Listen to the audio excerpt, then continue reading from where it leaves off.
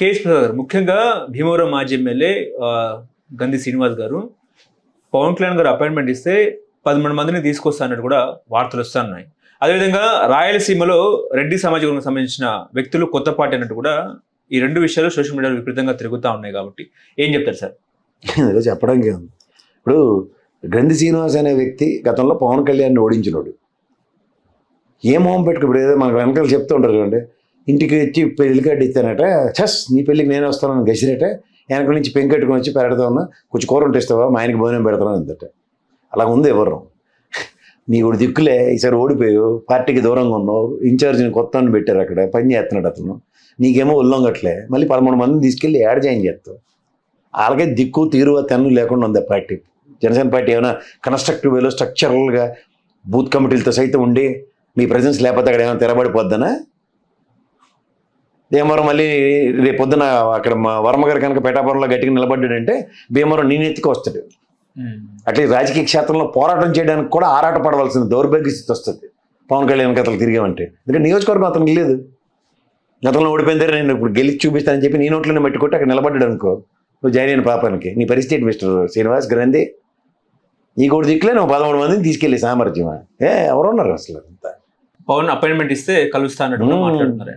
అంటే నీ అపాయింట్మెంట్ ఇస్తే అయితే గీతే అయితే ఇప్పుడు ఎవరు ఎందుకు మాకు ఎందుకు అపాయింట్మెంట్ ఇవ్వట్లే? విషయం లేదని రాజకీయ ప్రత్యర్థిగా నిన్ను చూస్తున్నాడు అన్న విషయం తెలుసుకోకుండా నేను ఇంకా నీ వెనకాల తిరుగుతానన్న వార్తలకి ఖండించి ప్రెస్ మీట్ పెట్టి గట్టి చెప్పు. ఓడిపోయాం, పడ్డోడు ఎక్కడ, నువ్వు భీమవరంలో ఓడిపోయి వెళ్ళి దుబాయ్లో గెలవు కదా, భీమవరంలో నిలబడితేనే గెలుస్తావు మళ్ళీ. అది నీ లోకల్ సామర్థ్యం. లోకల్ సామర్థ్యం లేనాడు పవన్ కళ్యాణ్ వెనకాల తిరుగుతున్నావు అంటే నీకు ఎంత బుర్ర తొక్కుతానో ఆలోచించుకోసారి. ఈ వార్త మార్కెట్లోకి రాగానే ఫస్ట్ ఇలాంటి రెస్పాండ్ అయ్యి what is this non sense, ఒకసారి ఓడిపోయాం, పవన్ కళ్యాణ్ ఓడించినోడు నేను, ఈసారి తథ్యమో ఏమవుతుందో జరిగేదానికి నా కార్యాచరణ ఈ విధంగా ఉంటుంది, నా పోరాటం ఇలా ఉంటుంది, నేను నా నియోజకవర్గ ప్రజలకి ఒక్కసారి మళ్ళీ అవకాశం ఇవ్వమని నేను గ్యారంటీగా అడగగలను, నాకు సత్తును ఉంది, గతంలో నేను చేసిన పనులు ఇవి, ఎంతమందికి నేను పట్టాభూములు ఇప్పించగలిగాను, ఎంతమందికి ఇల్లు జగనన్న కాలనీలు ఇప్పించాను, ఈ డేటాలు మాట్లాడితే అవేవి లేకుండా భజనలు చేసుకొని దేహి అనుకుని వెనకాల తిరుక్కుని ఏడి దిక్కుమాల రాజకీయాలు, పారాచూట్లు వేసుకుని పోవడమేనా జీవితాంతం రాజకీయాలు అంటే? కన్న తెల్లటి పార్టీలను నమ్ముకోండి, ఎవడో ఉన్న పార్టీతో చుట్టూ పని చేయండి, గెలుపు ఓటములు తథ్యం. ఆ తర్వాత మహారథులు ఓడిపోయారు. నీ కెపాసిటీ ఏంటి? ఓ పవన్ కళ్యాణ్ లాంటి ఓడించినోడివి. నియోజకవర్గానికి ఇక్కడ పిఠాపురంలో వర్మ, గతంలో నీతో పాటు ఓడిపోయిన గాజువాక నియోజకవర్గం ఉంది ఆయనకి, అక్కడ చింతలపూడి గారికి అన్యాయం చేస్తే ఏమైంది? స్థానికంగా పట్టున్న మీలాంటి నాయకులు పార్టీలకు దూరం అయిపోయి నియోజకవర్గాలు లేనడానికి తిరుగుతానంటే ఏమనాలి? తెలుగు తక్కువతనం. ఆ తెలుగు తక్కువతనానికి విశ్లేషణ ఏం చేయాలా? దీని తోడు మీరు అన్నట్టు 13 మంది రాయలసీమలో రెడ్లు పడి, వీళ్ళు ఎవరన్నా ఇప్పుడున్న రెడ్లు అందరూ రాజశేఖర రెడ్డి గారి కన్నా తీసిమారు కన్నా ఆ రోజుల్లోనే రెడ్డి కాంగ్రెస్ పెట్టి ఆయన ఏం చేశాడు, జరిగిన పరిణామాలు ఎలా ఉన్నాయో చూసుకున్నాం కదా. ఇదే పని ప్రజారాజ్యం కూడా చిరంజీవి గారు చేసి ఏడు చేసారో చూసాం కదా. ఇన్ని కబుర్లు చెప్తున్న పవన్ కళ్యాణ్ పార్టీ పెట్టి ఇప్పుడు ఏం సాధించగలుగుతున్నాడు? ఒక దయాధర్మ భిక్షలతో ముందుకెళ్ళే కార్యక్రమమే కదా. ఏముంది కొత్తగా? ఏం కొత్తతనాన్ని ఊడపొడి చేసే ఇక్కడ ఎజెండాలు ఏముంటాయి? రాయలసీమ పోరాట సమితులు, ఆరాట సమితులు ఎప్పుడు నేను చిన్నప్పటి నుంచి చూస్తున్నాం. ఏముంది మీకు రాయలసీమలో కాకుండా కొత్త ముఖ్యమంత్రి ఎవరిని చూపించండి మాకు. ఒక మంజీ గారిని తప్ప ఇంకెవరిని చూపించండి. అక్కడికి పివి నరసింహారావు గారు కూడా తెలంగాణ బిడ్డైనా నంద్యాల నుంచి గెలిపించుకున్నాం కదా. అరే ఓ ప్రధానమంత్రి, ముఖ్యమంత్రి ఎవరున్నా సరే మీ దగ్గర నుంచి వచ్చిన వాళ్ళ నుండి కూడా మీ నియోజకవర్గాలకు ఏం చేయాలో మీకు దగ్గర కార్యాచరణ లేకపోతే ఎన్ని సిమెంట్ కంపెనీలు ఉన్నాయి? అక్కడ పరిస్థితులకు అనుగుణంగా ఎన్ని కంపెనీలు వస్తున్నాయి? అనంతపూర్లో కియా మోటార్ చంద్రబాబు గారు పెడితే మేము ఎవరు కాదు, ఇక్కడ పెట్టండి, ఉత్తరాంధ్రలో పెట్టండి, ఇంకోటి పెట్టండి, ఎవరైనా మాట్లాడాడే? జరుగుబాటు అంతా మీకే జరుగుతూ ఇంకా జరగలేదంటే కొన్ని సర్కమాస్టాన్సెస్లో ఎట్లాంటివి ఇవి ఉంటాయో చూసుకోండి. రాయలసీమ ఎత్తిపోతల పథకం, రాయలసీమ ప్రాజెక్ట్ ఎవరిని అడగండి, మాకు అందరికీ డ్రీమ్ ప్రాజెక్టులే. 139 టీఎంసీలు నీళ్ళు నిలపలేనప్పుడు ఏం చేస్తున్నారో సార్ చెప్పానండి ఎవరైనా? ఇవే మాట్లాడరు, కానీ పార్టీలు పెట్టేస్తారు, రాజకీయ ఆరంగేటలు, ఆరాటాలు, పోరాటాలు. రామచంద్ర యాదవ్ గారు పొంగనూరు నుంచి వచ్చాడు, పార్టీ పెట్టుకున్నాడు, బీసీ పార్టీ అని. ఎంతమంది బీసీలు జాయిన్ అయ్యారు, ఎంతమంది ఇచ్చేస్తారు? గతంలో బీసీలే ఓట్లేదు దానికి. దేనికి? ఇక్కడ ఒక వేకెన్సీ ఉన్న దగ్గర లేకపోతే వ్యాక్యూమ్ ఉన్న దగ్గర దాన్ని జస్టిఫై చేస్తాను రండి. లేదా సామాజిక వర్గ పరిరక్షణలు ఈ విధంగా జరగట్లేదంటే రాజకీయ పార్టీ ఒక సామాజిక వర్గ పరిరక్షణ ఎజెండాతో ఎవరో పుష్టీకరిస్తారు మిమ్మల్ని.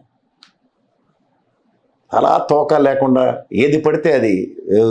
ఈరోజు చూడండి అడ్డ మీద కూలీలు ఉంటారు, ఈరోజు ఇసుక తట్ట ఎత్తుకుని, ఓ రోజు పేడ తట్ట ఎత్తుకుని, ఓ రోజు మట్టి ఎత్తుకుని తిరుగుతుంటారు. అలాగా ఏంది ఇది? అరే ఉన్న ముఖ్యమంత్రి రాయలసీమ నుంచి ఉన్నాడు. ఇప్పుడు చంద్రబాబు గారు అయినా వేరే ప్లానెట్ నుంచి వచ్చినా, మీరు రాయలసీమ అయినా చిత్తూరు అయినా అడగండి. ఎస్, ఇది రాయలసీమకు కావాల్సినవి. దీనికి ఏ ముఖ్యమంత్రి చేయట్లే, మీరు చేసి చూపించండి అన్నాడు. జగన్మోహన్ రెడ్డి దగ్గరికి వెళ్ళండి. నువ్వు ఇన్నాళ్ళు గత 5 ఏళ్ళ పాటు మమ్మల్ని ఉద్ధరించో కదా, ఏం చేయలేదు కదా, ఇవ్వు చెయ్యి అన్నాడు. అడగరట. ఏంది ఇంకెంతకన్నా?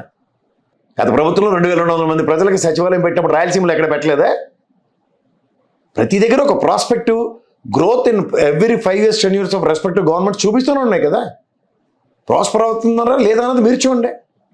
రాయలసీమలో వర్షాల ప్రభావంతో పంటలు చూసాం, కానీ 1-2 పంటలు వేస్తున్న ప్రాంతాలు ఎన్ని చూపించమంటారు మీకు? నేను తిరిగిన రాయలసీమ మొత్తం అంతా. ఉల్లి టమాటా ఇవన్నీ ఎక్కడ పండుతున్నాయి? కర్నూలు పరిసర రాయలసీమ కాకుండా ఇంకేంటి? దీని మీద మీ కార్యాచరణ లేదు, ప్రభుత్వం నిలదీసే కార్యక్రమం లేవి. అవి వదిలేసి పార్టీలు పెట్టుకుంటాం. పెద్ద రెడ్లు అందరూ, చిన్న రెడ్లు, ఎవరు మీరు అందరూ రాయలసీమ రెడ్లు అందరికీ కాపు అనే క్యాస్ట్ ఉంటుంది అక్కడ. ఇప్పుడు నేను మీకు రెడ్డి అనే సామాజిక వర్గం అన్నాడు క్యాస్ట్ సర్టిఫికేట్ ఉంటుంది. మళ్ళీ వెళ్ళప్పుడు ఎందుకు రెడ్డి పార్టీ పెడతాం, కమ్మ పార్టీ పెడతాం, బేపరోళ్ళ పార్టీ పెడతాం, కోటోళ్ళ పార్టీ పెడతాం? ఎందుకు మాకు ఇవన్నీ? రాజకీయాలు మీ ఓన్లీ మీ కమ్యూనిటీకే చేస్తారా? ఈడ్చి కొడితే 4% కూడా లేరు.